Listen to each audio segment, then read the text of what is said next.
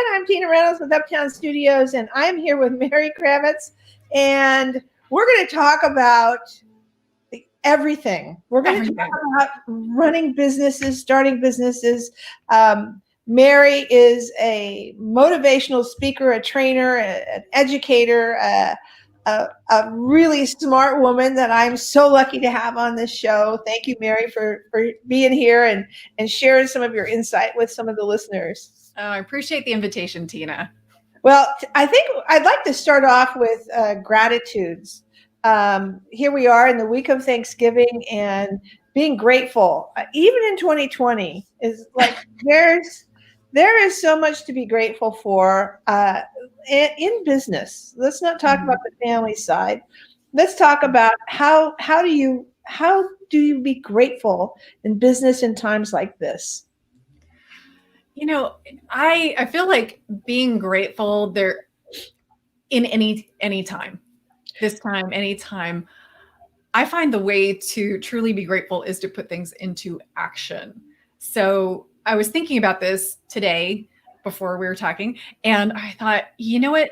I am on my spin bike because I am grateful for being healthy. I am grateful for being healthy. So I got out of bed this morning, and I try to think of, like, what are the things that really aggravate me when I don't have them? Like when I have a stuffy nose, I can't breathe. And when I'm sick, I can't get out of bed. When I hurt my leg, I can't run or do anything. So this idea of really appreciating those things, not when they're gone, but right. Isn't that true? Something. Yeah. Yeah. So in my gratitudes, it's like I have a team of 18 that are supportive and kind and loving, and they work hard and they're creative, and I'm so grateful to be surrounded by such awesomeness. I mean, they blow me away every single day. So I started my business in 92 and it was just me. So I was just grateful to get clients, right? And so let's talk about being grateful to having clients. Yeah, there's so much, I hear people say pivot a lot, but I heard one person say pirouette. It's like so many changes I had to pirouette. But being grateful for clients, putting that into action by reaching out to them, saying thank you. There's so many great like gift boxes and things like that you can send out. So doing something about it, because gratitude in my mind, I didn't tell you this, Tina, but I actually have a really rocky history with gratitude. Okay, let's go. At one point in my life, I was having to do a lot of personal work to get out of a really deep hole I'd gotten myself into. It was not a good time for me. And the advice I was given by mentors of mine was be grateful. And oh my God, I just wanted to punch him in the face, because it just felt like, don't feel what you're feeling, paste on a gratitude, happy smile. And so I had to work through, like, I have to feel my feelings. I'm not being a spoiled brat, but I need to process through the negative so I can get to that other side and go, okay, now I'm actually grateful. Mm-hmm. So finding those little things is how I do it. And for me, it's like when COVID hit in March, it took us about 2 months to shuffle everything, because it was like we were working some from home, but here we had 18 people that then had to set up from home. So they had laptops or they took their computer, and then the next week they took a desk, and then the next week they took a chair, and then the next week they got better internet. It's like, it's all of these things. And everybody was in flux and fearful and scared. And now everybody's grateful. It's like, we didn't pivot. We moved forward with intention. And I think that's the way that we like to say it. This is not a temporary thing. We're not just doing a shift for a while. We're looking at the opportunities and not punting, but we're planning. We're planning our next steps. So I'm grateful that COVID happened, because it set up all these new opportunities for us that we weren't looking at seriously. Yeah, absolutely. And looking at the next year, I've still been talking to people and they're like, well, I keep waiting for things to shift. And I'm like, stop, No, yes, you don't. know, It's stop. not. Plan like this is going to be the way that business is done for at least the next year. Like have that plan in place, be operating from that plan. Otherwise, you're going to be behind the 8 ball. I mean, the other day I went back into my calendar and I looked at some of the things I'd done since March. And I'd actually set up a kind of a community call that I hadn't done before, just this free call twice a month. And I looked back and like, when did I first do that? And I posted the first announcement about that on March 13th.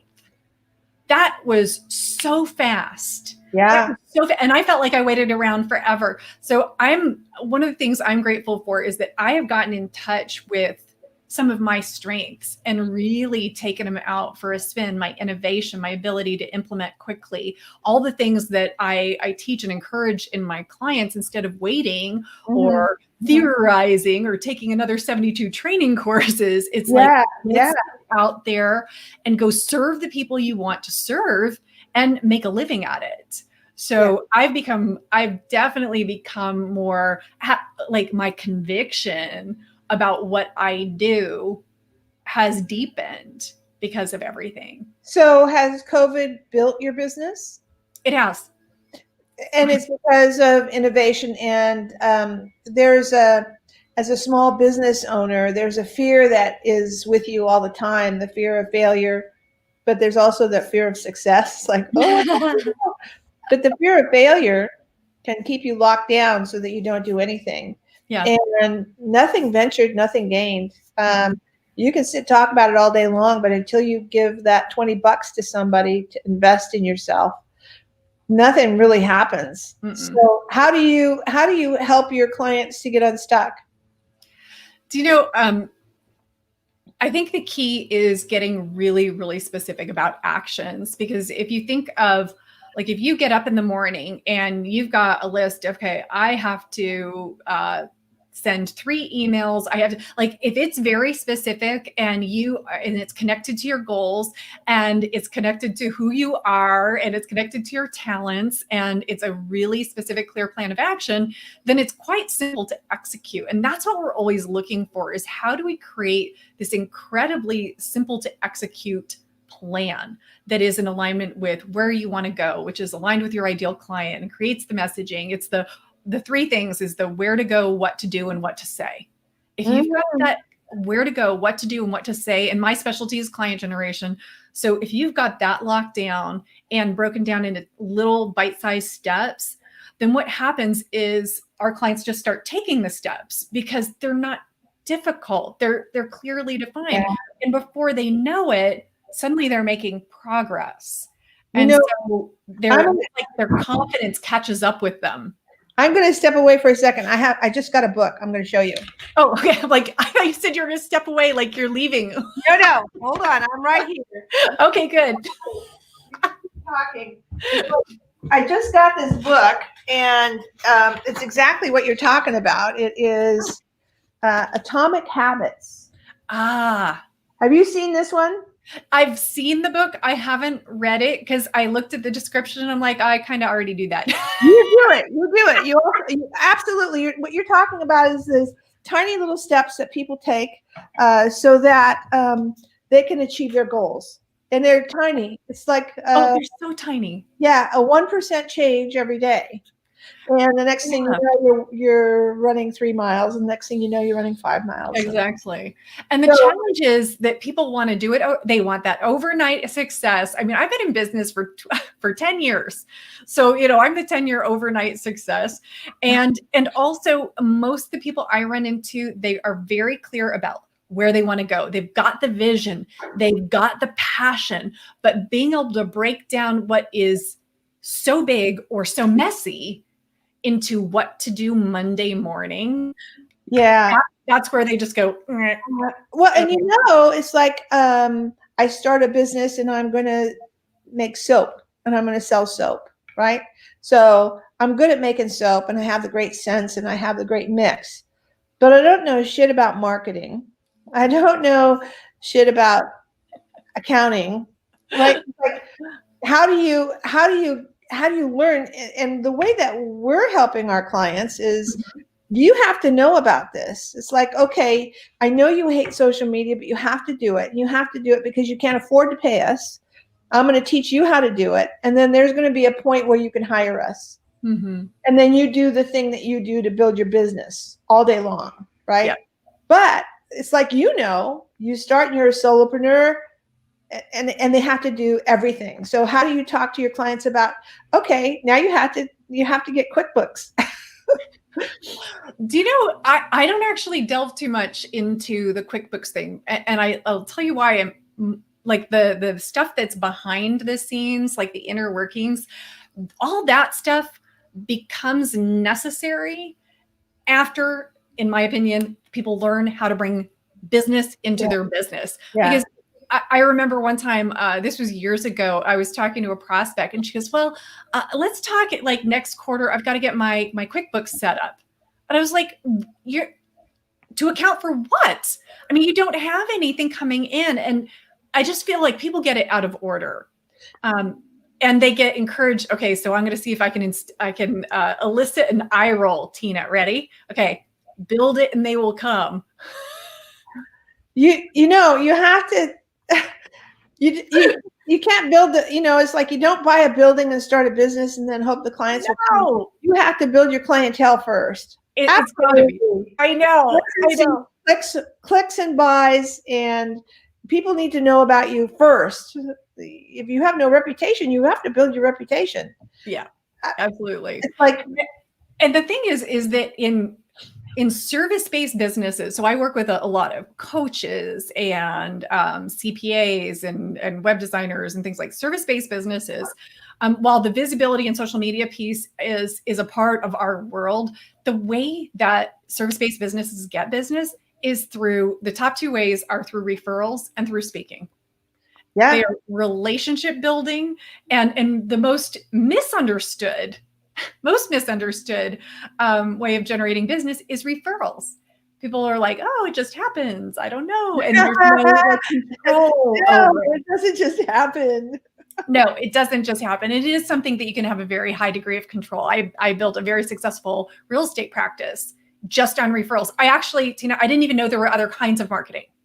I was so green. I just knew referrals and that was it. And that's all I did.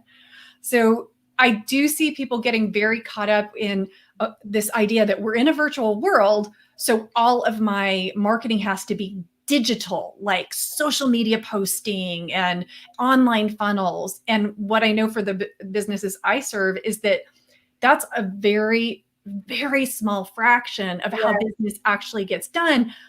But people get sucked into it and they're unhappy because they're not actually connecting with people and it's not actually driving business. Yeah.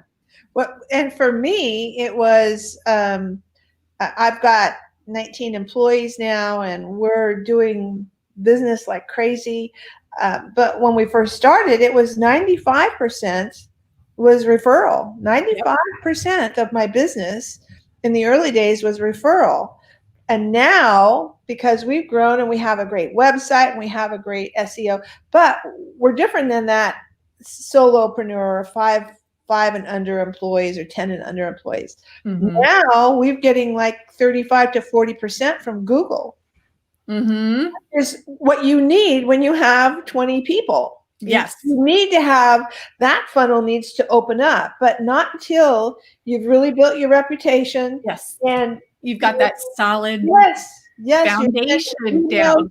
You're sending an email to the person that you need to connect with. You're having a phone call or a Zoom with them so that in person, it's just, you're just in 2D person, not a 3D person, right? Yeah. You're still doing the personal calls and you gotta, or else your business is going to stop. And this brings up something that I was thinking about today. I may do a live a little bit later about it, but this idea of you have to be really careful who you emulate and who you look to for your advice. Because I was thinking people in my sphere, they look at what I'm doing and they could very easily say, oh, well, I need to create an online quiz and I need to be posting on social media. And this idea, this sentence popped in my head. It's like, do as I did, not Yes. do as I do. Because Yes. until you get to 6 figures with a service-based business, it is those, actually, I still am, I'm only now, I'm like at $250,000 and we're only now really starting to get our online presence. So, I mean, if you could do 250,000 and only have to do referral generation and speaking, which is essentially what I've done, that is a good deal because it's cheap. That's a good deal. Easy. You're making more money than I'm making with 19 employees because it's all, I mean, it's not like you have to rent rooms or, I mean, it's all you. It's your time, your space. Yep. You don't have to buy a building. It's like all of these things are the next step. It's like, don't do as I'm doing right now. Really, that's the great advice. It's like, do as I was doing 10 or 15 years ago. Yeah, you just gotta, I always have to watch myself when I'm looking at what other people are doing, because that comparison thing, ooh, it's a killer. And I look at what other people are doing. I'm like, oh, I should be doing that. It's like, have you maximized what's working? Yeah. Have you maximized what's working yet? Have you maxed it out? And for the most part, most people have not. Well, the one thing that I think that people need to do is have a website. If you're starting a business, because if they can't find you, that you can't build your reputation, and your website is your virtual space, and it's relatively inexpensive compared to rent and a mortgage and all those other things. Relatively, yes. But having a good website and good SEO, those are some of the trainings that we do, because we want you to be found. You have to be found, and then you can start building your relationships with people. Yeah, absolutely. Absolutely. So what are your steps? So I'm making soap, and I've been making soap for a year, and now I'm going to start a business and I want to start selling.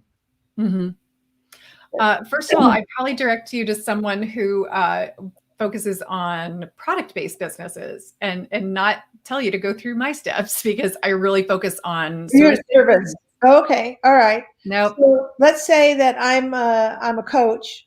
And I started with small businesses, and now I want to work up to executives. What do I do? Okay. So in my mind, I've broken out client generation into 6 areas, so that when you make a shift, especially when you make a shift with an ideal client, you can go through what you've done and say, okay, I can keep this. I need to adjust this. I can keep this. I need to throw this out completely and change it. And there's just this very simple assessment we do, so that, like, all the work that you've put into your business so far, you don't throw the baby out with the bathwater and just go into reinvention mode, which I'm sure you've seen people do. Yeah. So you have a great website and you have a questionnaire. Is that what you would start people with? It's a great place to start. I have a quiz. Yeah, it's not this assessment so much I'm talking about. That's usually where we start. It's what I present when I do speaking for groups like, entrepreneur groups or business owner groups. But we do this assessment, and if anybody wants it, they can always reach out to me, and I can give them the training that goes through that. But a great place to start is on my website. We've got a quiz. It literally takes 3 minutes, and it says, okay, you've got a mess. You've got all of these things going on. Tell us your top challenges. I mean, it is multiple choice, super quick. I spent a lot of time on this because I didn't want it to be a bullshit quiz. Okay, so you get your answer, and the answer is kind of generic. Okay, so their first page, it's got super cool graphics and you're gonna feel like a rock star. It's pretty simple. But then when you get the report in your email, it just goes into detail about, here's the things you said you were holding back. Here are 3 steps to take. I mean, I've been reading over it because I'm always reviewing what I'm doing and making sure it's actually serving. And it is so juicy. It is so helpful. It is like so well thought out that I think it really it's a real benefit to people. And then we do always invite you to talk with my strategist to see if any of our programs can help you move forward too. See, that's awesome. Just go. Everybody go to simplygetclients.com and take the survey. It's on that front page. It's on the home page. Yeah. She's made it really easy. She's made it really simple. What? That's crazy. So once I do that, and then I start to make the changes that some of the things that you're recommending and some of the things that I'm finding from other people, do you recommend that people get mentoring, or do you do coaching along the way? Or yes. Yeah, the big thing is pulling those 6 areas together. Because, like, really getting intentional about all those 6 areas of client generation. And so I have all of my programs are built around that as the foundation, making sure you're totally clear about your ideal client, your sales process, your proactive marketing activities, your values, your vision, your time management, like just all the things that often are taught as like this thing over here, sales over here, and messaging over here. We really pull it all together so it becomes this system and this structure and this machine. So when you put effort in, you're getting the best return on investment out. And so I'll answer the question and then I'll go to another thing. But I have 87 things. I know, so much, so little time. Hurry, talk faster. But the idea is that that's where we start, is with a simple, a pretty, I think of it as an essentials course that we do that can either be self-driven, or I am still leading the course. We do it in 7 weeks, and you get a client generation plan by the end of it that tells you those 3 things: the what to do, where to go, and what to say, very detailed, so that action is easy. So here we are in COVID, and I know so many small businesses are really struggling. Give us 3 tips that they can do now to get people to call in a week. It's like, you know, people are stressing. They don't have 7 weeks. They're, you know, is there something some tips that you can give people that are going to, you know, give them that list of 3 things that they can start right now? Yes and no. I know things take a long time. It's like working on a marketing plan. It's like, no, it's going to take a while to roll this out and to get it to be effective. Yeah. But a couple things actually, because these are things that have come up in the last week with my clients. One thing is, look at what works around the holidays. Like, go to your history. This is the thing that most people they miss all the time, and this is where the genesis of what I do. This is the genesis of what I do, is you look at what's working. That is like one question: what's working? Just think of that. What's working? You go into your business, you look at what was happening around the holidays last year. Now, I know it's a different market, but the thing is that some things like shopping, like I just thought, you know what, on Friday, I'm going to post on Facebook that I'm going to do all my holiday shopping on Friday, and that's it. And I want everybody to give me their posts. And so there are people out there who are buying.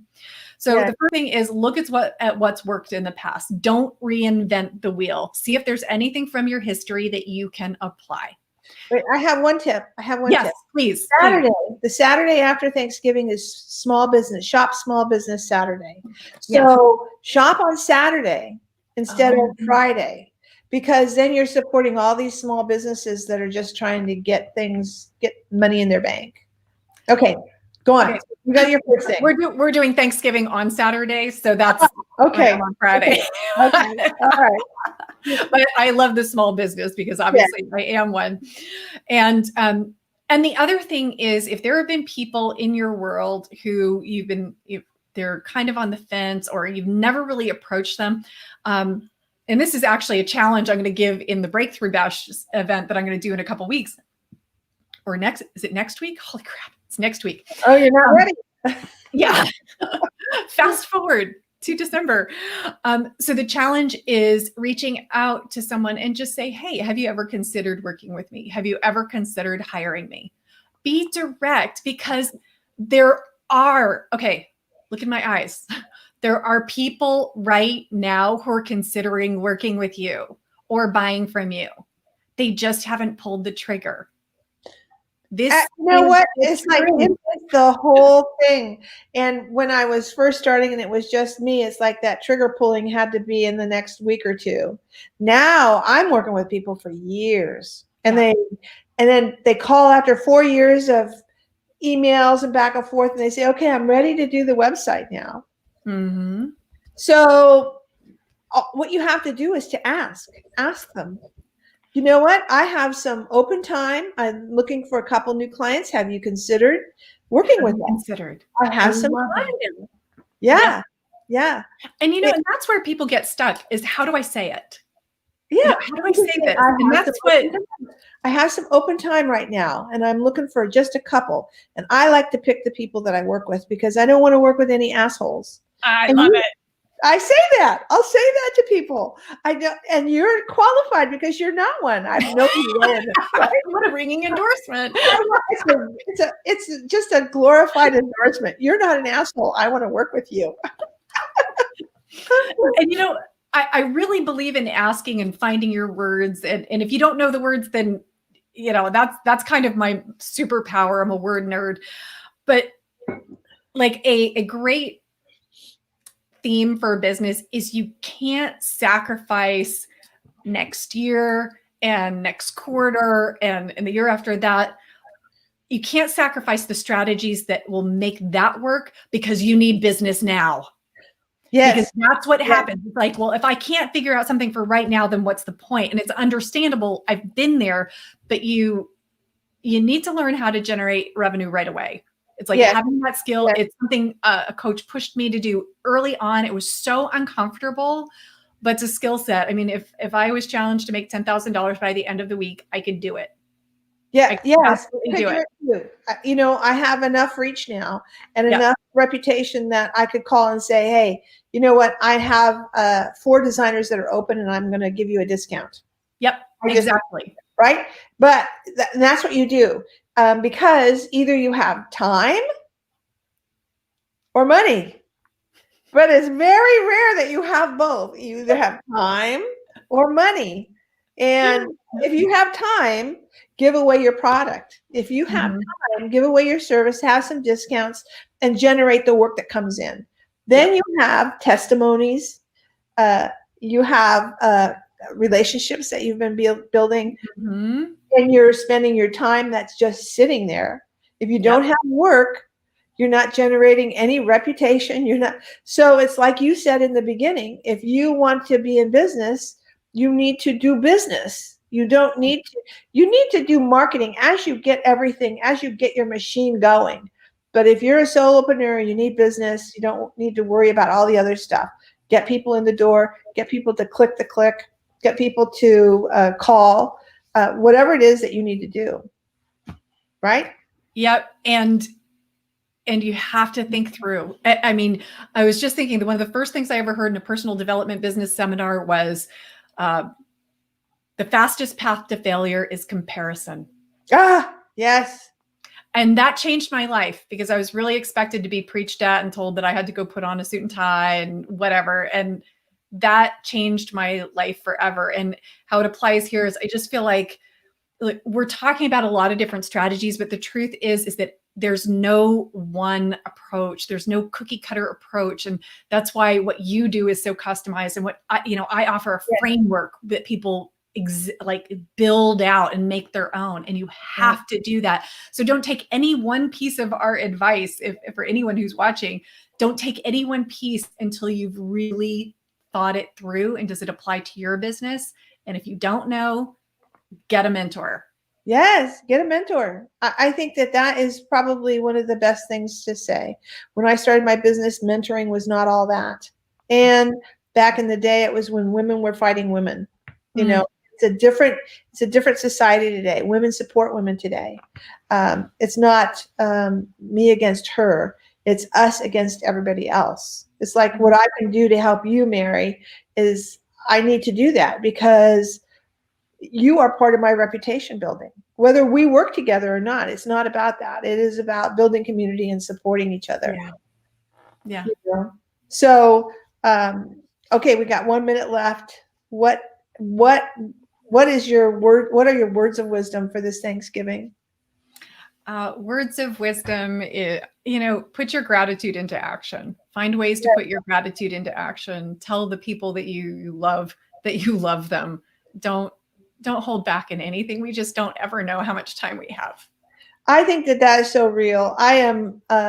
I have to tell you, Mary, thank you for spending 30 minutes with us and sharing your wisdom with everybody that's watching. You are wise and wonderful people. I really implore you to go to simplygetclients.com, check her out. She's here to help, and she's going to make a difference. And in the big picture, I am grateful for all of you watching, and I hope that you have a very small Thanksgiving this year with the people that you live with. I hope that you can start planning your July Thanksgiving for next summer, and you can have a big bash then. But for now, be safe, wear a mask, wash your hands, keep your distance, and thank you for joining us. All right, thanks, Mary.